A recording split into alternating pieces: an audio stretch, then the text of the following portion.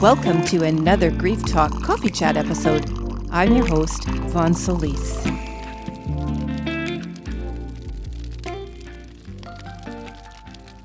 Okay, so welcome to the first episode of Divine Healing Coaching with Vaughn Solis. I, of course, am Vaughn, and I'm so happy that you're with me today. In this first episode, that is the introduction to a series of coaching episodes that I'm going to be offering on the Grief Talk podcast.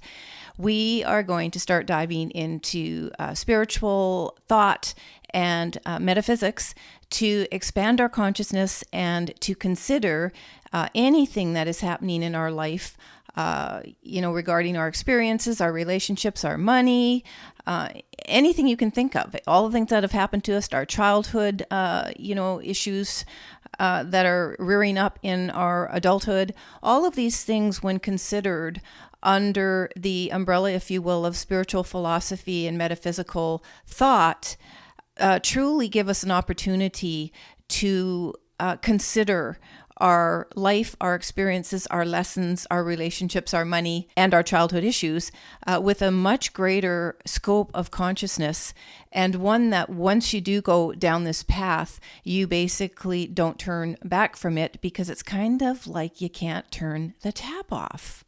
So I began my spiritual practice and journey into understanding metaphysics, which really in a very simple way is understanding anything in terms of more than just our physical experience, those things that we can see and readily explain.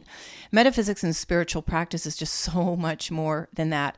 And the longer you're in this, and sometimes it isn't even the length of time, sometimes it's just an experience that brings us to our knees, if not flat on the ground, that we can't handle it just by ourselves in this human body.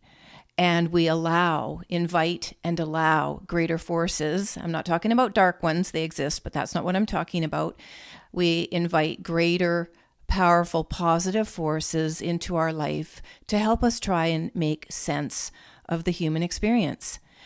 There are many mediums out there, and most people would have been living under a rock if they haven't heard the term medium. Myself, I actually studied for a week with James Van Praagh, and discovered that, I was actually pretty good at that, but it wasn't a dimension I really wanted to work in too much. I became an angel healing practitioner, certifying under Doreen Virtue way back in 2006, and that was 9 months after my daughter died in July 2005. I had a strong affinity with angels. Actually only about 7 months before my daughter took her life in the July 2005. My sister introduced me to the idea of working with angels. I jumped on the bandwagon, even despite my enormous suffering and grief at that time. And I've never looked back. I've only broadened and expanded my awareness and capacity to entertain more than we know in only the seen. And that largely is because I already had at the time that Janaea passed a 23-year practice that I had to rely on to get me through what without a doubt was the worst experience of my life. Hopefully it's the last worst experience of my life like that. So when we start at the beginning, for me, how do we come here? So this coaching episode is called Yes, We Do Choose Our Parents. And there is a reason for that. Very early on in my spiritual journey and, consuming a lot of books and so on, I did come across this concept over and over and over that, we do choose our parents, we choose our experiences, we choose the lessons that we're here to get. We actually design our lessons, but in human form, as a human physical being, we obviously have to have the mind, the brain that kind of clicks with that and go, "Ooh, I think there's a lesson in here somewhere." And so when you adopt this idea, and I'm not forcing it on anybody, it's just something that has to feel aligned with, who you are and your understanding of your experience in this world and how you want to go about living in this world, which can be pretty tough at times. There are many, many, many, many spiritual leaders that say this is the toughest place to come and learn your lessons. And maybe it is. I don't know. But choosing to get things that make sense, and you can go, okay, I'll now move on to the next lesson, because we're never without our lessons. Turning to the spiritual, turning to the metaphysical is, in my books, the only way you can really do it. We can learn things from other humans, but listen, they can only teach us so much, and to the extent that they themselves have absorbed knowledge and wisdom and experience. So, starting with choosing our parents. So just to put this in context, I have, I guess, 2 children. My daughter was born in 1983. She visited me for nearly 10 years in my dreams before she was born. And when she was born, she looked exactly like she did in the dreams. Now, when this little baby would come to me in my dreams, I had a dream about a baby. But as I got into my early 20s, because she was born when I was in my mid-20s, I started to wonder and think about, am I going to have a little girl? And when I met her biological father, I'm not going to talk about how I met him, but it was in the most bizarre circumstances. And I looked at him and I said, that man is going to be the father of my little girl. And true enough, amongst hundreds of people in the setting that I was in, he marched right over to me a couple hours later. We met, and he did become her father. Fast forward about 5-6 years later, I started to feel very connected to pictures of little blonde, blue-eyed boys. The age I was most drawn to in connecting to this image was about 2 years old. And anytime I saw certain little tykes that were coming to me as blonde, blue-eyed, I would be like, oh my goodness. And I don't know what I was feeling about that, because at that time, I did not know I was going to ever have another child. I was single, and it wasn't in the cards for me. I wasn't pining for another child. But one day, about 2 years after that, so these images were coming to me, I was seeing these pictures and so on. 2 years after that, I actually decided, I think it's time to get married.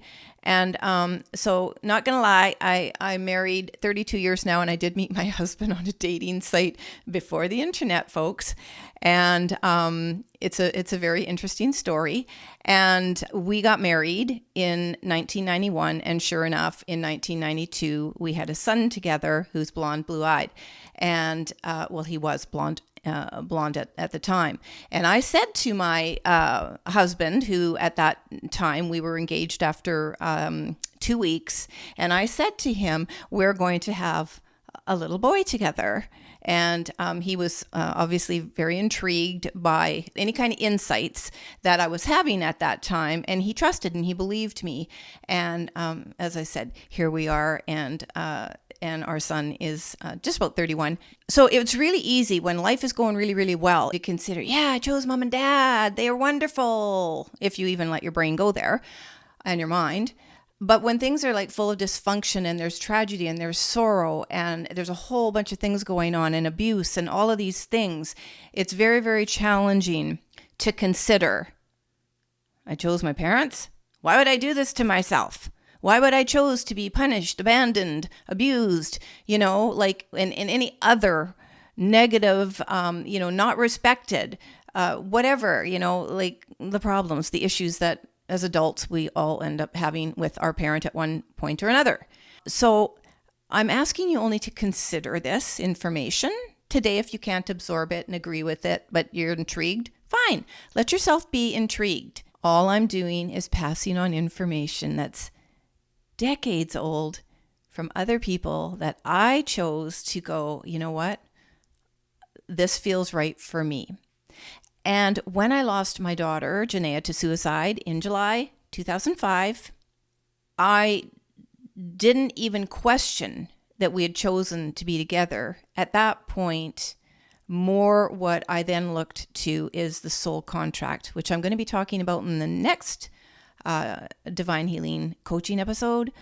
But for today, I'll just mention the soul contract. So if we choose our parents, and we can stretch it a little bit further that we choose all of our relationships, right?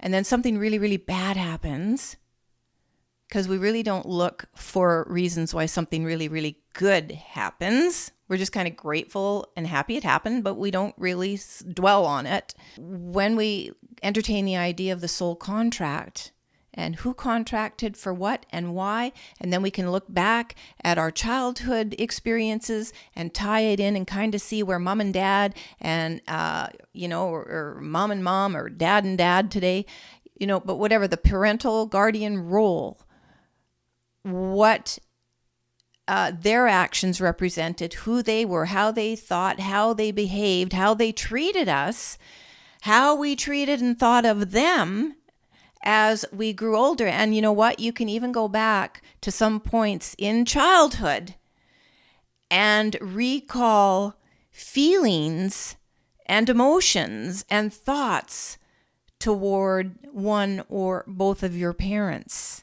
Whether you trusted them, they scared you, they confused you. I came from the spanking age, and it was humiliating to be spanked by this large man who was 6'1" or 6'2", and I was this tiny little thing at the time, and bend over, whip down your pants, and you get spanked. I mean, those things haunt you for decades, because it affects our self-worth. How our parents treat us and respect or don't respect us affects every aspect of our being, but starting with basically our self-worth and our self-acceptance when we feel we have been abandoned or betrayed and not loved by them.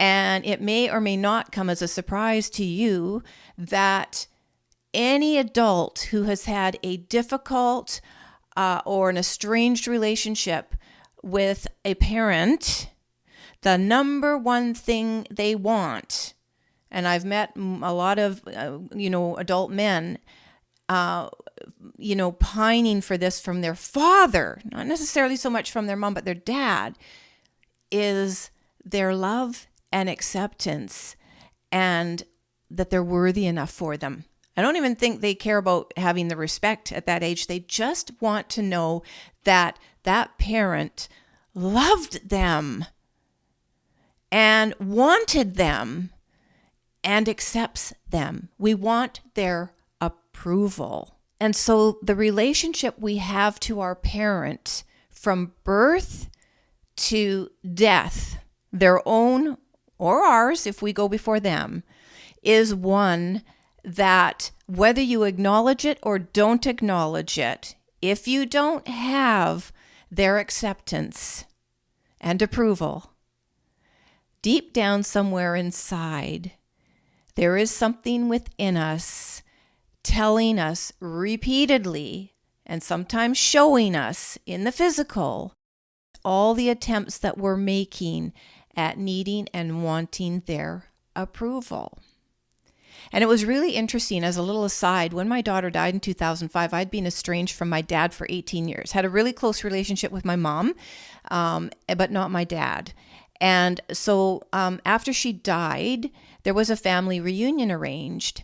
And so my husband and our son went. We met up with my siblings and some of my, extended family. And at that point, my dad was only 80 and he was in a nursing home suffering from Parkinson's at the time. He was fairly alert. He kind of got stuck in long memories rather than, short memory working for him. But when he saw me and we hugged, he was a skeletal figure at that point, still tall, but, a skeletal figure. And I hugged him and my world felt safe again. It had only been 4 months since my daughter had died, and it felt safe. And I remember one day, we were only there for a week, and I saw him as many times as I could in that home he was in for that week. And one day, a lunch was arranged, and we went to this lunch. And my dad was so happy to be out of the home. And he was sitting beside me on a couch in the living room. And you know what? He put his hand on my leg and tapped sort of my knee. And he said, "Everything is all right again. My little girl is home." Right? And I never saw him after that because he died about 15 months later.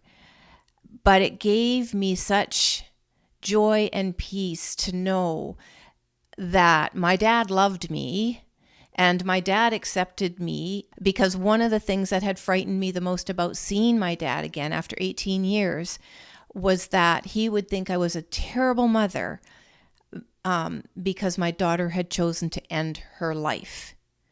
So you see, I was seeking his approval, but I didn't know it until he said those words, "My little girl is home again." So considering you've chosen your parents and you're coming from a relationship with one or both of them that has been dysfunctional, difficult, estranged, or painful, if not traumatic in any other way, of which, of course, there's many traumatic experiences that we can feel, even getting whacked on your butt as a form of spanking or corporal punishment. Understand that when we can consider this was our choice, up in the heavens, if you like, that dimension in the unseen, where we sit there and float around, I guess, and design our incarnation and go, I'm going to come into this incarnation. I want it to be focused on, these lessons with this type of theme. And, you might even throw in your purpose here. And I need to have these relationships for tick, tick, tick, tick, tick, all of this to happen, especially, and most importantly, starting with who am I going to choose to birth me into this world. You can take it down all the way to race, gender, country, nationality, economics, siblings, how many there are going to be. The list is endless when you can play with this and kind of have fun with it, sort of like painting a picture, and throw anything and everything at you and going, now, if I didn't have these parents, it isn't so much about the siblings at this moment, but if I didn't have these parents, this, and this wouldn't have happened or couldn't have happened. And I see how by choosing this theme, and there are a lot of themes, so I'm not going to go into them. Mine has been parenting and loss and suicide, major themes in my life. Those, like if I didn't have these parents, I wouldn't be able to fulfill these lessons. I wouldn't be able to fulfill the incarnation in that theme or themes. I would not be able to complete these lessons, learn these specific lessons, and I might not find my purpose, my career, I wouldn't essentially be who I am today without where it all began. So there is a huge opportunity to tap into your personal power when you become responsible for your life, for your choices, for all of your experiences, including, I chose my parents. And if I didn't choose my parents, further to the themes and the lessons and the experiences I mentioned, you might not even be able to fulfill certain roles that you've designed for yourself in this incarnation. In fact, it is the relationship that we have to our parents from, babyhood, obviously, but from the point that we can remember aspects of this relationship, the ones that are the most dominant for us, that shape us, this is where we derive a lot of our life lessons from. Other relationships matter, but we derive an awful lot of our life lessons and how we evolve and who we actually are becoming simply by the relationship we've had with our parents, good or bad. And sometimes, by the way, I want to throw in here, just because you may have chosen a relationship, a parent-child relationship that is super dysfunctional, does not mean that you actually can't be led to a beautiful, purposeful life that is the complete opposite of how you were raised. In fact, quite a lot of people probably find their purpose and what they do in healing and counseling and therapy and all kinds of other good work because of how they were raised, not wanting to repeat it again. You may even have chose some kind of dysfunction or abuse or alcoholism or addiction or poverty or any other number of experiences as a child yourself, just so that you can stop the cycle and not pass this on to future generations. Life lessons and themes are almost all rooted in our relationship that we have to our parents, who they were, how they behaved, their own problems, and what we are choosing to do to not repeat those things, or in the positive, because there is a positive to this, flourish from what they taught us. Now, one of the things to be careful of when you go down this path and consider, yes, I chose my parents, and you hate them, are angry at them. I don't actually know if anyone hates their parents, but maybe they do. Are frustrated with them, you just can't connect, you long to be closer, you long for their approval, but you're not getting any of that. It's very easy to pin our problems as adults on the dysfunction of our parents because of their problems. What you can consider in this is, what patterns did you toss or keep? And what's different about your life today, regardless of or because of how you were raised? Again, if you are coming from dysfunction and difficult circumstances as a child, and obviously, hopefully, if it's really bad childhood trauma and abuse and so on, you have the ability to work with medical professionals, doctors, and so on, to heal that. So my work is really rooted in offering tools and practices for us to incorporate into our life and adopt, maybe even as a life practice, to the extent that we can handle and go back and revisit things that were really bothersome for us, that they've really impacted our life negatively. For me, listen, my parents and how I was raised, and all the limitations I grew up with, and there was a ton of dysfunction, I'll tell you that. I had a one parent that I never knew was going to be alive or not when I got home from school for a number of years. That would be my mom. And so it was really easy for me to tie in when my daughter actually ended her life by suicide, as painful and as betraying as that felt and all this stuff.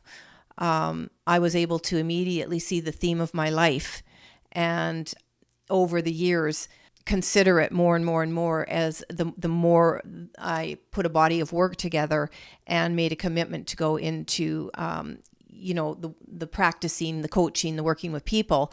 I was just able to see the larger picture in it. And so being mad at my mom, being mad at my dad, both of whom are deceased, carrying any anger towards them, and you wrecked my life, and all this stuff, it all started because of you.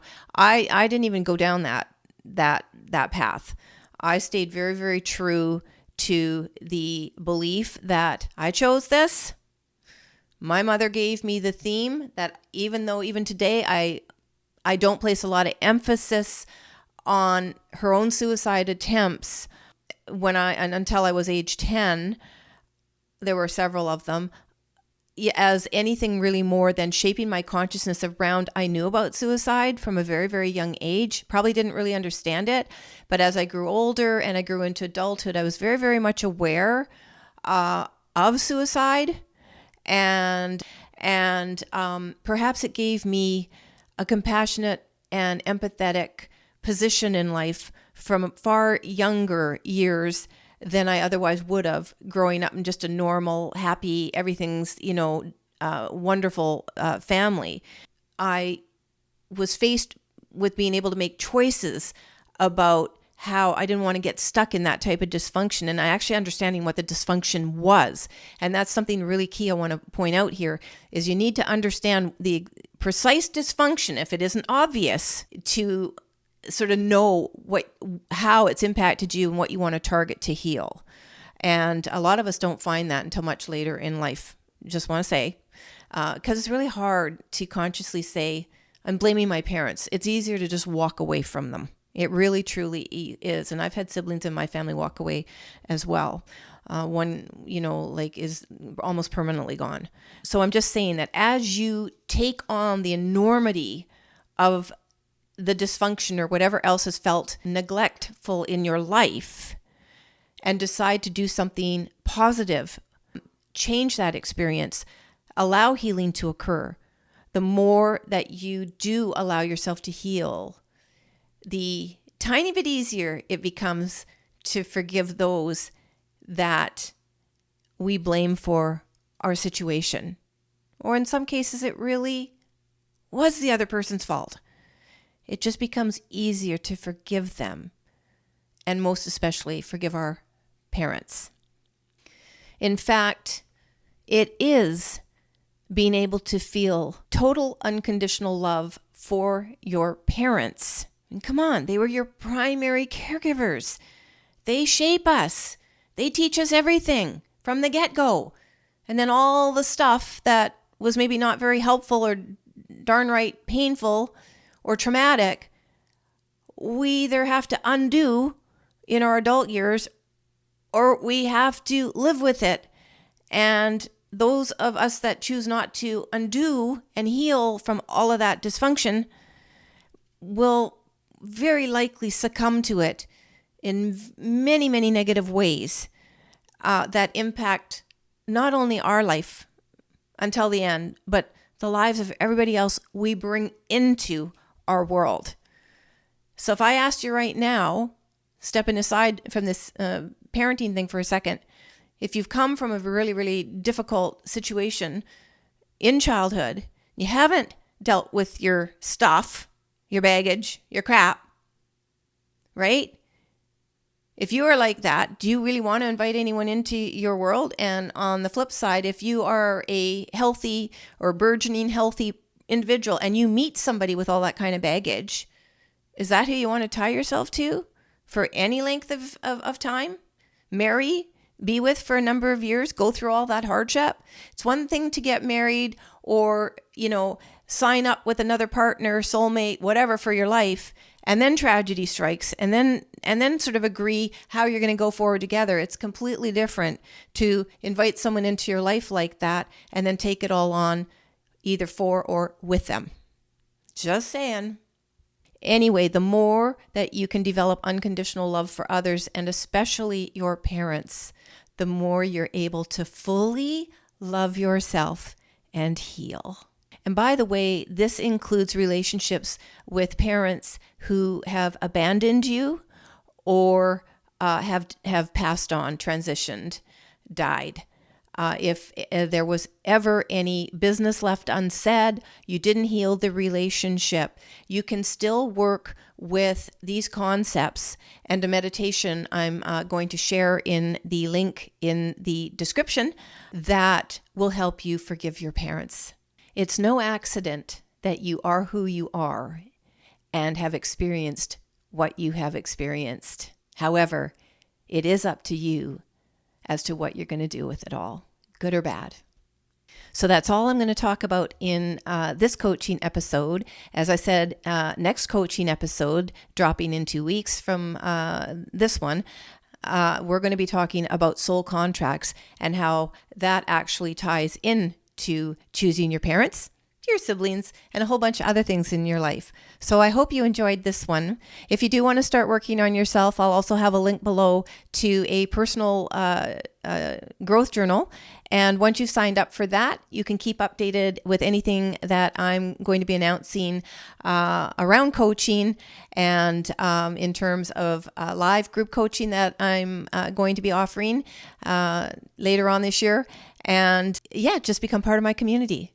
So I look forward to seeing you on the next episode, and I do thank you for watching or listening. Until next time.